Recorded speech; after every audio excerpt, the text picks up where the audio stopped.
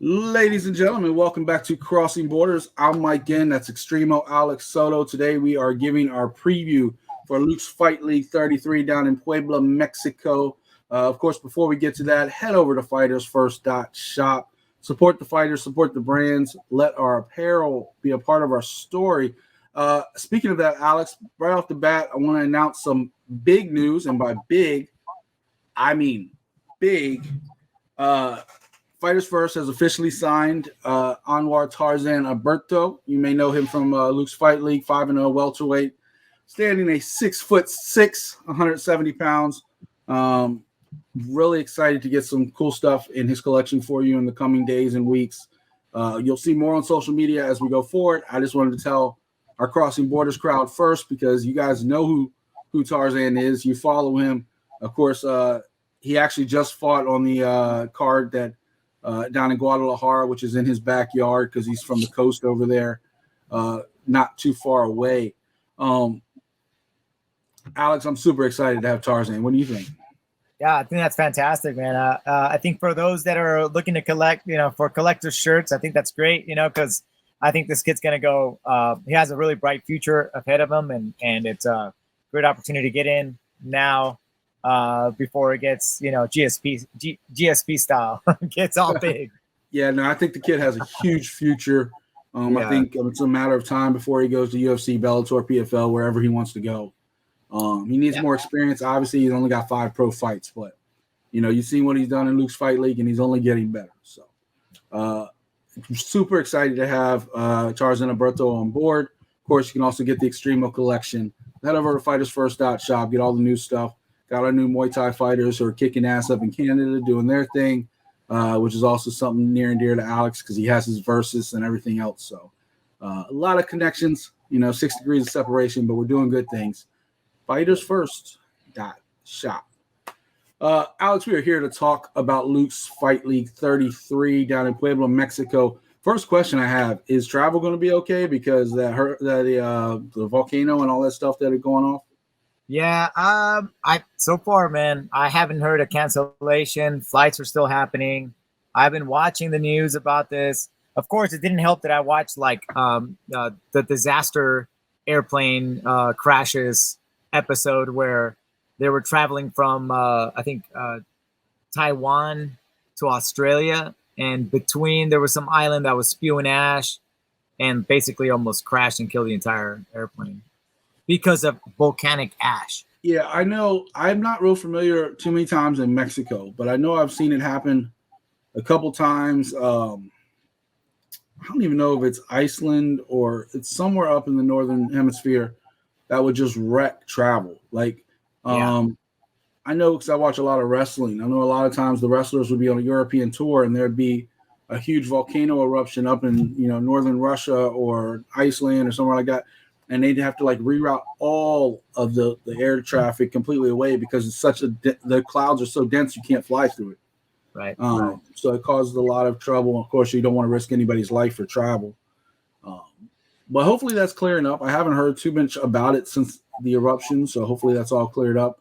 Maybe you fly in somewhere and have to drive somewhere. I don't really know how it's going to work for you, but hopefully your travel is perfect and everything is smooth because you got a lot of action to take a look at, including for the vacant bantamweight title. Got Fito Rubio getting another shot going against Jose Roura. Jose just had a birthday recently, so happy birthday, Jose.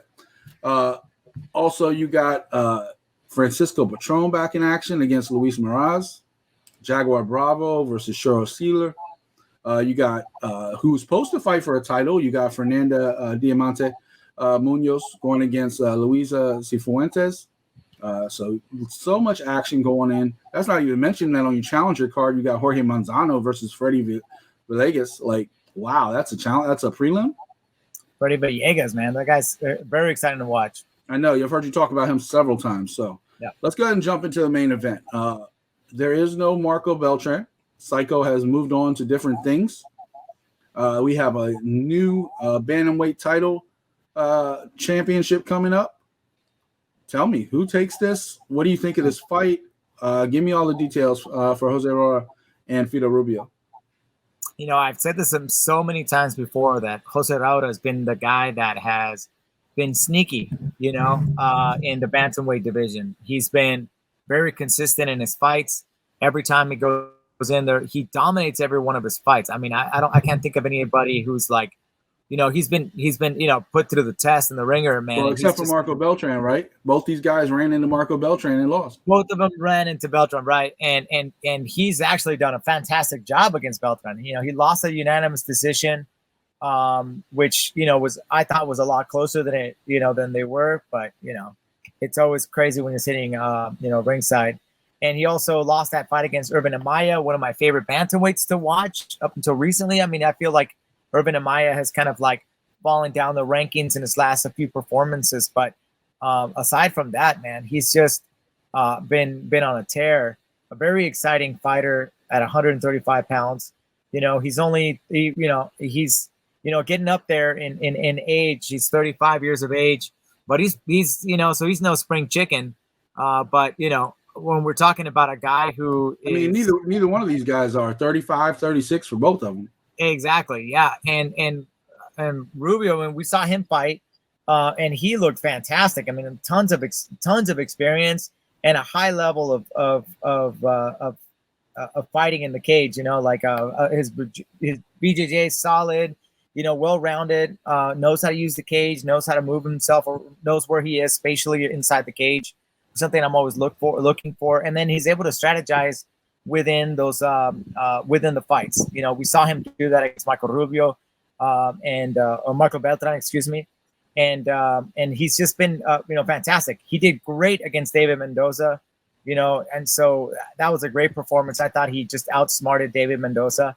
I think David Mendoza was looking for a stand and bang type of exciting fight, and Rubio came in with just pure composure and really stuck to his training camp and was able to get that big W against a very young, hungry lion, which is of course we talk about it, how much of a fan I am of his with David Mendoza. So I think Rubio takes this fight if I were to put my money on it. But I mean, it's hard to count Roura out, Jose Roura, excuse me. It's just been he's just one of those guys that's just always there and hanging in there. But does he have enough in this fight to really take down the amount of experience and wealth that Rubio brings to the table? So I think it's a really exciting matchup with bantamweight. One, I don't think this is what Luke's had lined up in their mind for who's going to fight for the title when Beltran left, because they obviously put a lot of faith into David Mendoza. Rubio took care of that. Got that armbar in the first round, so no more David Mendoza. You talk about fighters like Irvin Amaya. You talk about Lazy Boy. You talk about Luis Guerrero, and all these guys we've been talking about lately that probably deserve a shot. But Jose Roura is also one of those guys who just keeps on winning as well. And the reason I'm actually leaning more towards Roura is that look where he's fighting. Look where he's training with. Look at the guys he's training with. He's part of that Brazilian Warriors team.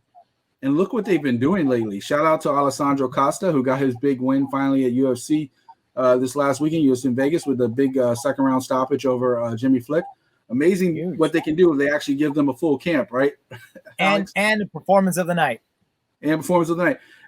I keep saying, it's like, I know they don't do it I don't really believe they do it on purpose. But a lot of these Mexican fighters get called up at the last second for these UFC fill-ins. Like, all of a sudden, this person's hurt. We need somebody. Who do you want to do it? Alessandro won on Dana White Contender Series, but it wasn't impressive enough to get a contract. So he was sitting there on Dana's speed dial. Mm-hmm. You call him up with like 48 hours notice or whatever, say, hey, do you want to get into this fight? He's not going to say no. Every fighter thinks he can win. Every fighter thinks he's going to be the best. But he wasn't put in a great situation for his debut. This time against Jimmy Flick, a very tough UFC fighter, he came in and made it look easy. Why? Because he had a full camp. You get to see the real Alessandro Costa. So shout out to Alessandro on that one. But that's who Jose Roura is training with. Him, Diego Lopez. You're talking about Alexa Grasso and her father, who's the coach of all of it. Like, these Brazilian Warriors, like, this is their time. Like, they are shining right now. And I got to think that good luck and that momentum is going to rub off on Jose Roura. Like, I got to think, this guy has looked really impressive for a while now. Other than, He lost to Irvin Amaya. He lost to Beltran. He's beaten everybody else. He got kind of a late start to the game, right? Like you talk about the fact that he's 35, 30, almost 36. He just started 10 years ago. So he was already in his mid-20s when he started fighting pro and didn't fight very active for a while until like the last 3 years. So this guy is also kind of coming into his stride. He doesn't have a lot of wear and tear on his body like some of these MMA fighters that are at his age. Yeah, that's a good Rubio's point. been through the grinder. He's been through the UFC circle. He's been through different promotions across the world. He came in, fought Beltran. And honestly, when he fought Beltran, we said it ourselves. It wasn't the most exciting fight. And Beltran actually got to take that fight where he wanted to take it. I don't see that's any really different in this fight. I think Roura's going to do what he wants to do. Okay, And I mean, we're on different sides of this one, you know. That's not good. The first time Alex will have to say I'm right, but it's okay. Yeah, that's all right. That's all right. It's okay to be wrong every now and then, Mike. I think it's going to be an exciting fight, though. I think it's going to be a good fight, and I think most of all for LUX, as far as a promotion, it's a reliable fight, right? You put the title on one of these young kids, and all of a sudden they're back to the UFC, and you are starting all over trying to find a new champion. You have these two guys in like the later part of their career, you know, they're going to stick around for a little while and defend this belt. So I think that's a good thing. Go ahead. I was going to say, sorry, I didn't mean to cut you off, but I wanted to say they got some really hungry fighters right nipping at the heels for this fight. Guys that are looking into it, like Luis Rodriguez, Lazy Boy, and Mauricio Alfonso, who fought in the last LUX. So pretty relative within the same schedule. And like I said, Pantera too is also a 30-something-year-old fighter. Exactly, and these are young guys that are coming up. So I there's a lot of movement and development in the bantamweight division with LUX, and I think this is a very interesting fight. Definitely, these guys are going to have the winner of this bantamweight event or the main event here. It's going to be, it's going to be very interesting to see what comes up next for these guys. And speaking of former bantamweight, now he's fighting at 145 pounds. Francisco Beltran versus Luis Moraz in the co-main event. What do you think of that one? And what do you think of him moving up in weight? He's been talking about it for a while. Well, first of all, I mean, one of the guys that is, absolutely incredible that we've been, talking a lot about is Francisco Beltran, right? This kid has just been on fire at 135 pounds. He's had a stumbling now, really, with his weight cuts. Those two missing with Beltran, that was a big issue. Missed opportunities, and also, a degradation of the body, right? You're trying to make the weight, and you're breaking down. So mentally, a lot of stuff. But so he's his momentum was stopped, and we'll have to see how he's able to bounce back on this one. He also has got that loss against Emmanuel Rivero. That recently his featherweight debut, he got knocked out. So that was a shocker, right? Everybody was absolutely incredibly surprised about that fight. And so, there's some stuff that you have to really deal with as a fighter, especially with so much momentum and everything coming out and a lot of expectations.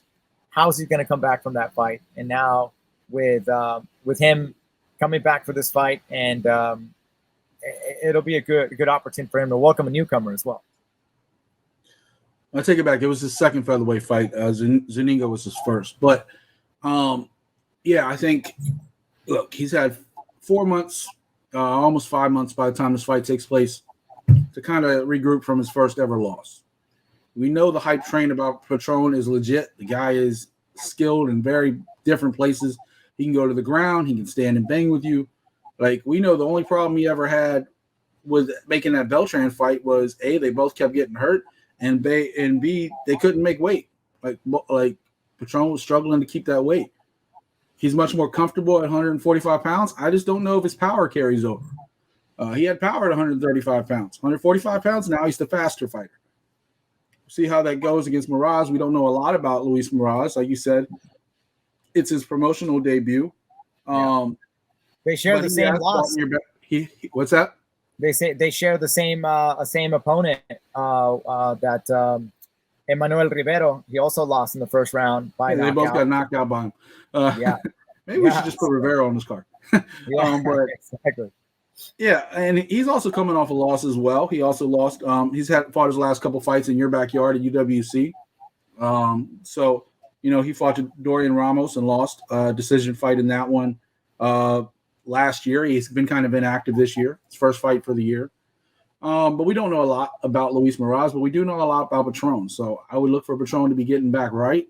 But he's got an unknown opponent, which is always tough because you don't have a lot of tape on a guy like this. Yeah, and he's a guy from Tijuana, coming from a good gym. Trains at Entram as well. Most of his wins by submission, and a lot of chokes. One of the things that they do very well is the submission game down there at Entram, as well as their stand up. So I would imagine that Moraz is going to come in with a pretty good, well-rounded game, because he's facing one of the toughest guys at 145, I think.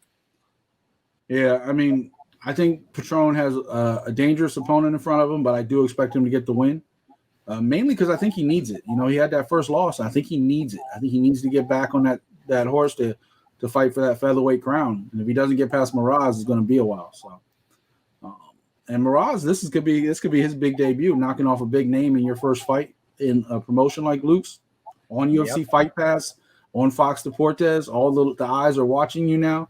It's not that they don't watch UWC, but they watch a lot more on LUX, so there's a lot more eyeballs. So something to take a look at.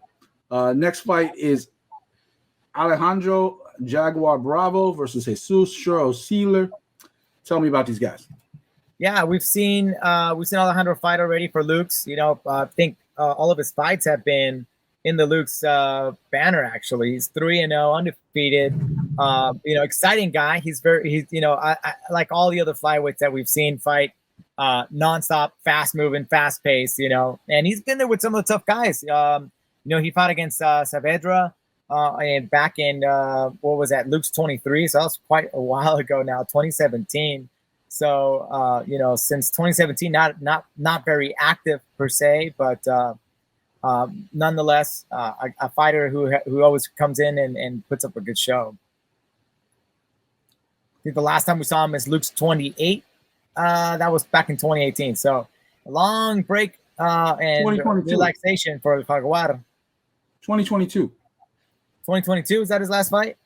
You're reading it backwards. You're reading the date. Oh, is that what I'm doing? Yeah, we're already on 33. 28 wasn't that long ago, bro. Oh, okay. All right. Yeah, I was gonna say. I was like, he's got three fights, but yeah, you're right about the opponents. He fought Alejandro Villarreal last November, but he hasn't been active this year. Mistakes were made. It's all good, man. You've been punched in the head a lot. It's fine. Yeah, thank you. Yeah, for sure. But his opponent is not new to LUX. He fought Solorzano back at LUX Fight League 29, but he's fought a lot in different promotions around the Latin American world. What do you know about Jesus Sealer? Well, let's see. The last time we saw him, he's been, I guess. Oh yeah, he lost against Solorzano. And then man, just a guy that I do recall Solano here, that tough kid with a lot of attitude, man. 25 years young, he's just another flyweight guys.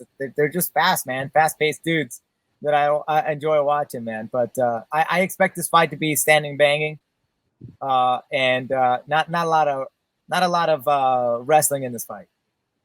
Yeah, I definitely think it's going to be a striking affair. I think Sealer has the advantage as far as experience, but Jaguar is very explosive. So we'll see what happens when these lightweights get together, fighting at 125 pounds. Speaking of flyweights, somebody I'm really high on, Fernanda Munoz. She was supposed to fight Ellie Rodriguez, another fighter out of the Entram gym down there in Tijuana. They added this fight kind of late to the card against Luisa Cifuentes. I guess because Ellie's still not ready, they want to keep Fernanda active. But Fernanda's one of those fighters. We saw her against Villasmil. Tough fight there, but she took that one against a former contender. I'm honestly surprised a little bit they didn't throw her in with like another contender, like a Victoria Alba or somebody like that. But we don't know much about Luisa Cifuentes. So what do you kind of expect out of this fight? Well, I mean, man, it's so hard to, Diamita, so I think that's her nickname. she's coming out of like Tijuana, and you know how I feel about my Tijuana fighters, man. So I got mad respect for those guys, and especially those that travel. Okay, you gotta be careful. You still gotta go through that airport to get home. Yeah, exactly. That too. But also, no, but I love the fact that she's one of those fighters that has left her home country. She's from Colombia, moved to Both these fighters Tijuana. are actually Colombian. You know what I mean? Like she's been doing work, man, and she's like chasing her dreams, getting it done. She's been on a what is that? 1, 2, 3, 4, 5, 6 fight winning streak. Started off with an 0-2 record professionally. So she's been very active, just putting in the work, and has been, doing everything right. And so, and we've talked about, she sees an opportunity in the weight class here, to within LUX to try to really establish a name, and at such a young part of her career. I mean, it's perfect. So I see a very bright future for her. I think that if she gets through Cifuentes, then she might be able to really, really cement her way and get that title shot and hopefully get that big W, man. Yeah, 2 Colombian fighters going head to head. Both of them are very good on their feet. Cifuentes is also a striker with a boxing and Muay Thai background. So it should be a fun fight. I think Fernanda, like you said, she lost her first 2 fights, and since then 6 in a row, including beating Villasmil. So definitely on the rise, fighting out of a very tough camp right there in Entram. I think she's going to be another star. And selfishly, if you're watching Fernanda, we'd love to have you on Fighters First. Shameless plug right there, because I do, like I said, I think she's going to be one of those fighters you better get a hold of now, because she's going to be a star. You see the way she carries herself on social media. You see the way, she just has that enthusiasm to fight. Like you see, like a lot of fighters have passion. Almost everybody steps in that cage has a passion, but they don't always seem like they're enjoying what they do, right? Like sometimes it's just a job for them. Sometimes they're just good at beating people up. If you ever see some of her social media through LUX Fight League or through her own social media, she looks like she's having fun. She always looks like she's smiling. And like when your nickname is basically Dynamite, like come on, like she wants to beat people up, and that's just a good thing. Another exciting fight at the 120-pound division while we're waiting for Ellie to come back.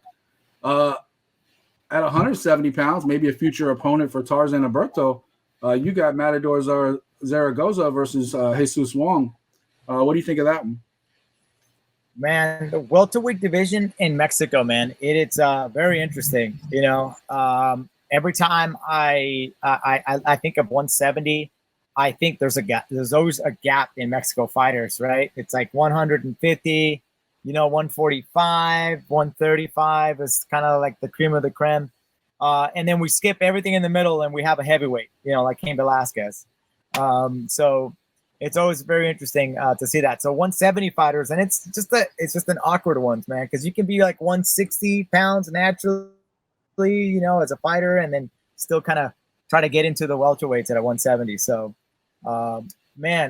this kid, Raul Zaragoza, all of his fights so far have been with LUX 26, LUX 29, Eddie Garabay. He beat Brian Ulises Lopez, and guys with experience. Eric Garabay was 3-1.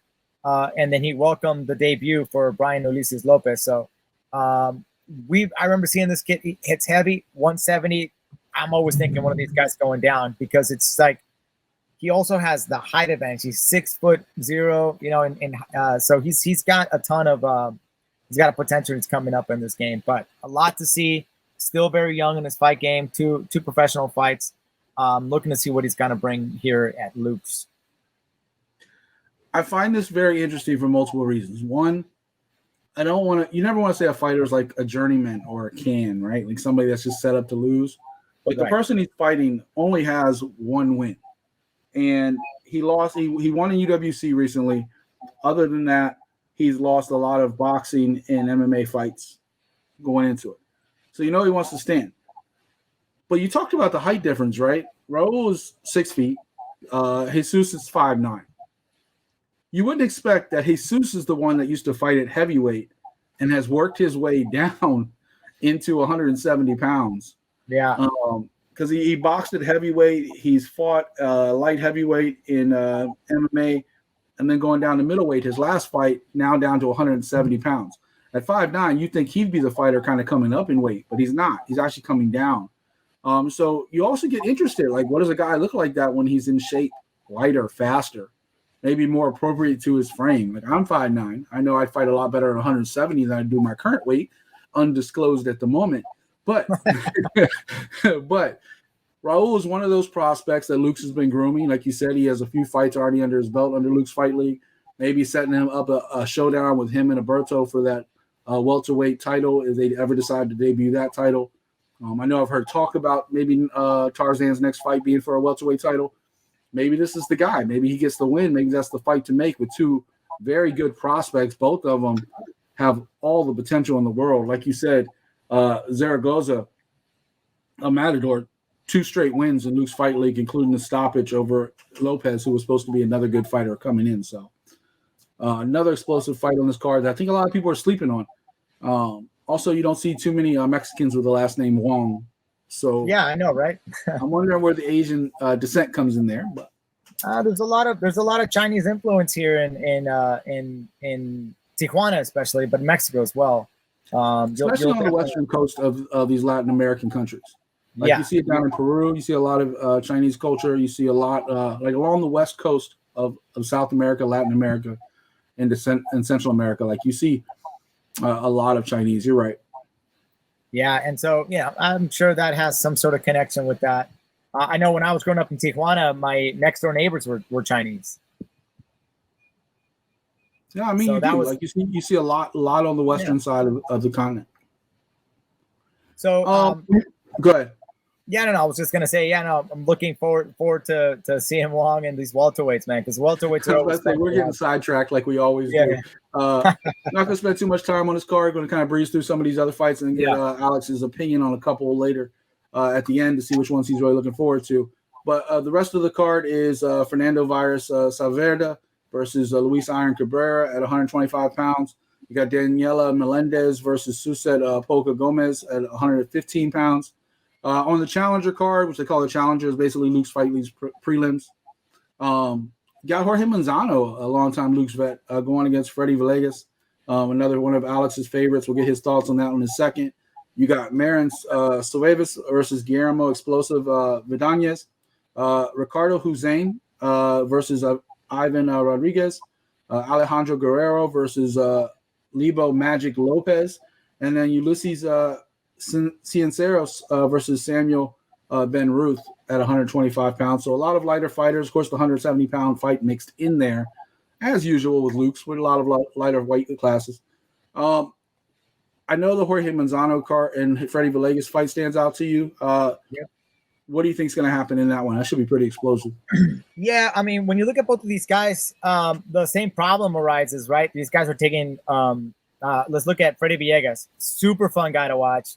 Very exciting. Throws down. Doesn't care. He's not looking for the win.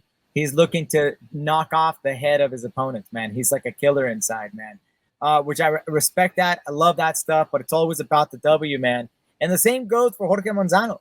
You know, he's a guy who's always throwing down. I mean, he's got that loss against Vasquez, Pedro Peña, Luis Rodriguez, and he was able to squeeze in that win with that rear naked choke against Luis Rey Gallegos back at LUX 21. But I mean, both of these guys have had like some, have been on the losing side of the streak here, and I think this would be kind of like a big one for both of these guys to get that big W, man. I think both these guys need to try to be a little bit more tactical in this next fight, especially now they're going to be headlining the LUX Challenge card. So, like I said, bantamweights in action, always fun to watch. Guys that are throwing down. Both of these guys never have been in a boring fight, so I'm looking forward to this one. I mean, Zano's got to step up. He's like the only guy who's been losing out of the Brazilian Warriors camp. They about to kick him out if he doesn't get this job done against Freddie. Yeah, and they're tough, man. They're so tough. I mean, I'm telling you, the bantamweight division is just a very competitive at 100 in Mexico. Freddie might never forgive me the way Kevin never forgives you, but how do you stand at like 5'8" and have a nickname called Sasquatch? I don't know, man. He's 135 pounds, 5'8", and his nickname is Sasquatch. Sasquatch, man. I have no idea. We're gonna have to ask him why he got that nickname. When you get down to Puebla, ask Freddie like the origins of his nickname. I'm not making fun of you, Freddie. No, I'm just curious, like cool. That's a cool nickname, dude. I want to know why. But he's tiny. Like he's your size, like when you were fighting, like 135. What? You were like 5'10"? I'm 5'8". 5'8", yeah. So, like, you wouldn't go around calling yourself Sasquatch. I don't even know. I wouldn't be. Actually, I would not put it past you, Alex. I would never put it past you. You don't pick your nickname. You know this, right, Mike? The nickname does not get picked. It gets chosen. You never pick it. It's not cool to pick your nickname. That's true. It's like calling yourself cool. I get it. Exactly. But it's still, yeah, you know, it stands out. It definitely stands out. I'll let him know that you don't like his nickname. No, I just don't think it's appropriate. I didn't say I don't like it. I just, you know, little Sasquatch. Put a little in front of it. All right. Any other fights stand out on you in this card before we get out of here or get canceled by LUX Fight League? No, man. I feel like Joe's watching the show right now, and Joe's like, I'm done with these guys. No. I'm gonna highlight a very important fight here for Francisco Patron. He's one of my favorite guys to watch fighting. I think this is a big opportunity for him to kind of get his momentum back. So I'm hoping he finds that momentum. I'm hoping he does a great job. He performs well, and you know, as well he always does. You know. So I'm looking forward to seeing him back on the winning column. I think Fito Rubio is just too much. I think he's going to take the win. This coming fight, this LUX 33. I think it's going to go to the guy with the most experience and the most tactical approach in this fight. I'll tell you one fight I'm actually curious about, and it's mainly because both guys have such high upside and just haven't lived up to it yet. And that's Alejandro Guerrero versus Libo Lopez. Alejandro was doing fine until he ran into Mauricio Alfonso, and he got knocked out last year and hasn't been back since. And then you got Libo Lopez, who was supposed to be decent, ran into same Mauricio Alfonso and got knocked out as well. Bounced back with a decisive win, they got choked out. Both these kids were supposed to be decent, and I feel like Alfonso just ruined their careers, which he does. Like you said, the hammer is wrecking people lately, knocking out everybody. He's supposed to be a wrestler. Stop knocking people out. So I'm actually interested in seeing these two guys at 135 pounds scrap and see who comes out and kind of turns their career around and see who starts going the right direction. I feel like it'll be Alejandro, but we'll see. That's why we fight the fights. So, as always, leave a comment. Let us know what you're looking forward to on LUX Fight League 33. Let Alex know when he's right, because he's usually right and I'm wrong. So, you know, we like to keep his ego pretty high. And while you're at it, I don't know if you noticed below in the graphic below his face, we also redid his shirt, his Puebla. I'm talking about Puebla now. His Puma Valley shirt, where he made his professional debut. Alex and I are working on something pretty cool for his next shirt, which is going to celebrate his title win in UWC. In the Tijuana days, Alex is going to be releasing a really cool video on that. Some point when he slows down a little bit, he's got verses going on. He's got work going on. He's flying through volcanoes to get to you to Puebla. So, but when we get Alex settled down, we're going to get a really cool thing come out of that one to do a new shirt for him. Like I said, Tarzan is on board, so look forward to that. Pretty soon. I'm sure I'll do a couple shirts to play off the Tarzan, a couple shirts to celebrate his time in LUX, and we know the future is very bright for that young man.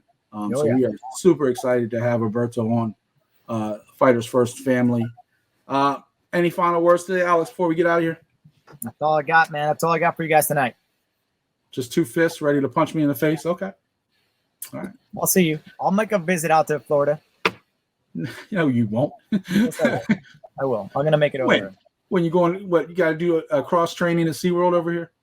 Maybe. Yeah, we'll see. There's some dolphins out there. Some bottlenose I need to grab.